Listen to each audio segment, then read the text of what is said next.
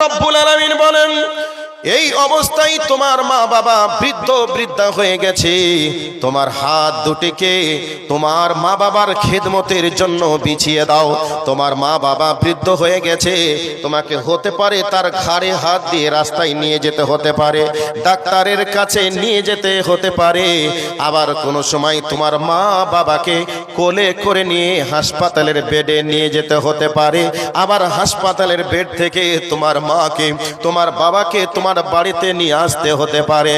আমার আল্লাহ বলছেন, বান্দারে তোমার দুইটি হাতকে তোমার মা বাবার সেবার জন্য তুমি বিছিয়ে দাও। আবার কোন সময় তোমার হাত দিয়ে তোমার মা বাবার কাপড় চোপড় ধুয়ে কেচে পরিষ্কার করা লাগতে পারে, আবার কোন সময় তোমার মা বাবা বিছানাতে প্রস্রাব করেছে, পায়খানা করেছে, তোমার মা বাবার প্রস্রাব পায়খানাগুলিকে হাতের সাহায্যে ধুয়ে মুছে পরিষ্কার করা লাগতে পারে।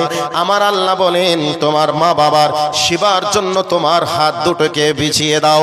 আমরা যখন ছোট ছিলাম, আমাদের মা বাবা তারা দুই হাত দিয়ে আমাদেরকে কোলে নিয়েছে, আদর করেছে, যত্ন করেছে, আবার আমরা প্রস্রাব পায়খানা করে দিয়েছিলাম, আমাদের মা বাবা ওই প্রস্রাব পায়খানাগুলিকে দুই হাত দিয়ে পরিষ্কার করেছিল।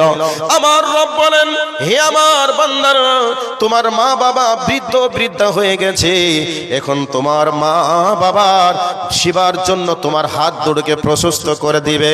এই করে করে যখন তোমার মা বাবা দুনিয়া ছেড়ে বিদায় নিবে রে, এই অবস্থায় তোমার মা বাবার জন্য আমার কাছে দোয়া করবে, ওকুর রব্বির হামহুমা কামা রব্বায়ানি সাগীরা।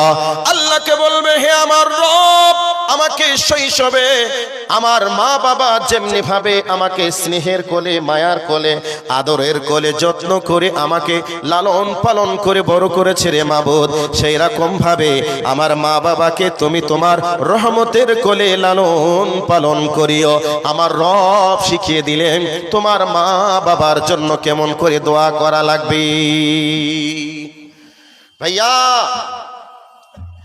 আমরা অক্সিজেন খাতুন যেদিন বাড়িতে নিয়ে আসি, সেই দিন থেকে মা বাবাকে আর ভালো লাগে না। এই বাতাস খাতুন আর অক্সিজেন খাতুন নিয়ে আমরা ব্যস্ত হয়ে যাই। বর্তমান মা বাবার সম্মানের চেয়েও আজকে আমাদের কাছে সম্মান বেশি আমাদের শ্বশুর এবং শাশুড়ির।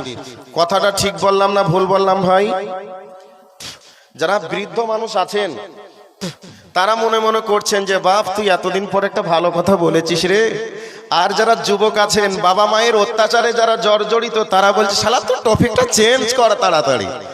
এই ব্যস্তই বসে আছে যারা ইয়াং জেনারেশন আছেন। আর